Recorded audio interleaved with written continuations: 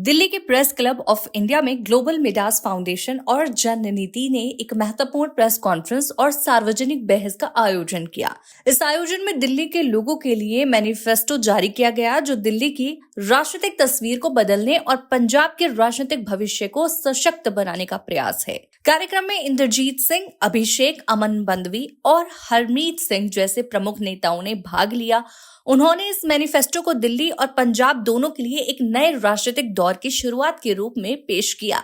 इस दौरान वक्ताओं ने आम आदमी पार्टी की आलोचना की और कहा कि पार्टी अपने चुनावी वादों को पूरा करने में पूरी तरह से विफल रही है। उन्हें आरोपित किया गया है कि वो मुख्य प्रशासनिक मुद्दे से भटक गए और सिर्फ वोट बैंक की राजनीति करते रहे। इंद्रप्रीत सिंह ने दिल्ली सरकार पर तुष्टीकरण की राजनीति करने और दिल्ली के व्यापारिक वर्ग के लिए नीतियों को नकारात्मक रूप से प्रभावित करने का आरोप लगाया। उन्होंने पंजाब के सरकारी खजाने के गलत इस्तेमाल का आरोप भी लगाया, जो दिल्ली के चुनावों में खर्च किए गए थे। इसके साथ ही अमन बंदवी ने सुझाव दिया कि सभी राजनीतिक दलों के घोषणा पत्रों को कानूनी रूप से बाध्यकारी बनाया जाए। उनका कहना था कि मौजूदा समय में पार्टियां घोषणा पत्र को सिर्फ एक प्रतीकात्मक दस्तावेज मानती हैं, लेकिन इस बदलाव से वादों की जिम्मेदारी तय होगी। इसके अलावा हरमीत सिंह ने पंजाब के पिछड़े जिलों की स्थिति पर चिंता जताई, जैसे मानसा, फरीदकोट और फिरोजपुर, जहां बुनियादी सुविधाओं का घोर अभाव है। उन्होंने शिक्षा, स्वास्थ्य और प्रशासन से जुड़े मुद्दों को सामने रखा और कहा कि ये सभी वादे आज तक अधूरे हैं। अभिषेक, जो इंडिया अगेंस्ट करप्शन आंदोलन से जुड़े हैं, उन्होंने इस बात की आलोचना की कि आपने भ्रष्टाचार के खिलाफ आंदोलन को कमजोर कर दिया और नागरिक मुद्दों की उपेक्षा की। उन्होंने जन आंदोलन की जरूरत पर जोर दिया और दिल्ली के लोगों के लिए मैनिफेस्टो को भारतीय राजनीति में एक नए बदलाव की दिशा में कदम बताया। इस प्रेस कॉन्फ्रेंस में एक बात स्पष्ट हो गई कि दिल्ली के लोगों के लिए बनाए मैनिफेस्टो और पंजाब के लिए घोषित किया गया नया जन आंदोलन न केवल जवाबदेही और पारदर्शिता के लिए काम करेगा, बल्कि ये नागरिकों की भागीदारी से प्रेरित होकर नए राजनीतिक ढांचे की दिशा में अग्रसर होगा। ये कार्यक्रम एक नई राजनीतिक क्रांति का संकेत दे रहा है, जिसमें लोकतांत्रिक प्रक्रिया की मजबूती और नागरिकों का अधिकार महत्वपूर्ण स्थान पर होगा। आखिर में ये देखा जाएगा कि क्या इन नए प्रयासों से दिल्ली और पंजाब की राजनीति में वास्तविक बदलाव आ पाता है और क्या ये आंदोलन देश भर में एक बड़े राजनीतिक बदलाव का कारण बनेंगे। मैं पंजाब के कॉन्टेक्स्ट में इतना कहूंगा कि आज हमारे सिटीजन सिविक ऑर्गेनाइजेशंस अलग अलग मोर्चे पे बैठे हैं। टीचर्स जो हैं अपनी सैलरी के लिए, अपनी बहाली के लिए, अपनी पोस्टिंग के लिए संगरूर से लेके चंडीगढ़ तक सड़कों पर बैठे हैं। बुड्ढा नाला दरिया लुधियाना के पास एनवायरमेंटलिस्ट वहां पर मोर्चा संभाले बैठे हैं।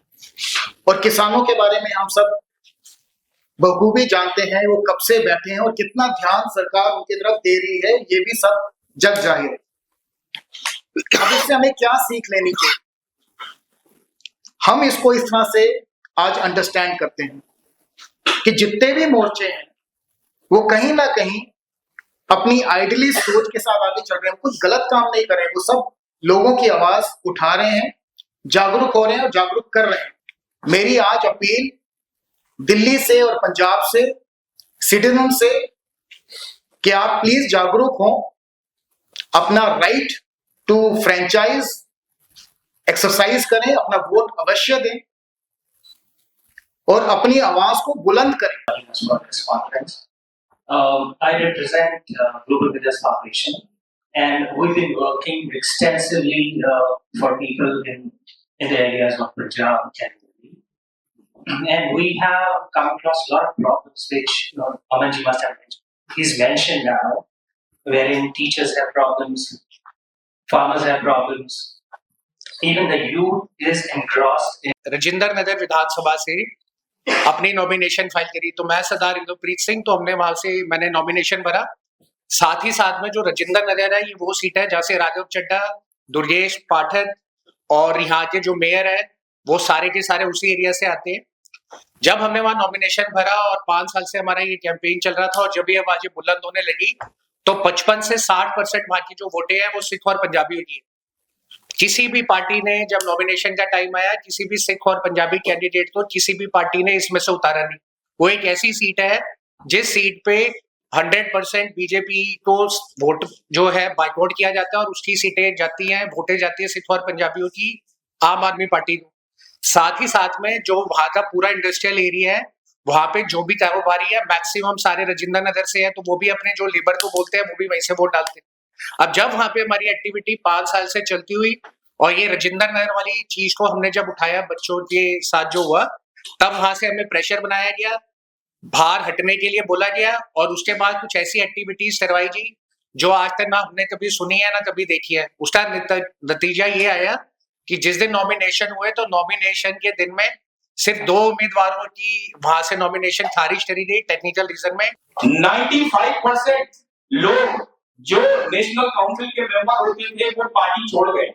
मुझे नहीं लगता देश के इतिहास में ऐसा कोई भी संगठन या पार्टी होगा जिसके 95% लोग अपने संगठन को छोड़ के चले गए, वो भी 10 से 12 साल के अंतराल में।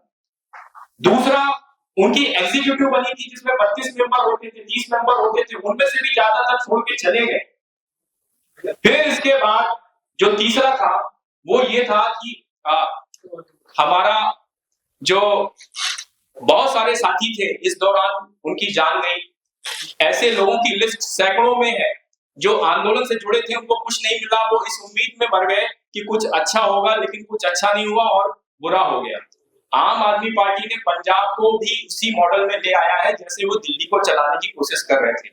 यहाँ पर इसके लिए मैं ये क्योंकि हमारी लड़ाई जो थी पहले बीजेपी और कांग्रेस के खिलाफ थी, तो अब इस लड़ाई में एक और नया चेहरा आ गया है आम आदमी। आज आजादी के 78 साल बाद देश की राजधानी में पीने का शुद्ध पानी नहीं, करोड़ों करोड़ों रुपए खर्च हो गए। जमुना का पानी आज भी जहर है। आज भी यहाँ की झोंकियों में, यहाँ की अनऑर्गेनाइज्ड कॉलोनीज में जो जन सिविक सुविधाएं होनी चाहिए वो आज भी उपलब्ध नहीं है। जब चुनाव आता है तो वादे किए जाते हैं, लेकिन वो वादे शर्त के साथ होते हैं। अगर हमारी सरकार बनेगी तो हम ऐसा करेंगे, लेकिन जब सरकार बन जाती है तो उन वादों को भुला दिया जाता है। मैं एक सीनियर सिटीजन होने के नाते आपको बताऊं, पिछले 5 वर्षों से दिल्ली के वरिष्ठ नागरिकों को जो सहायता दी जाती है माहवारी, वो बंद है।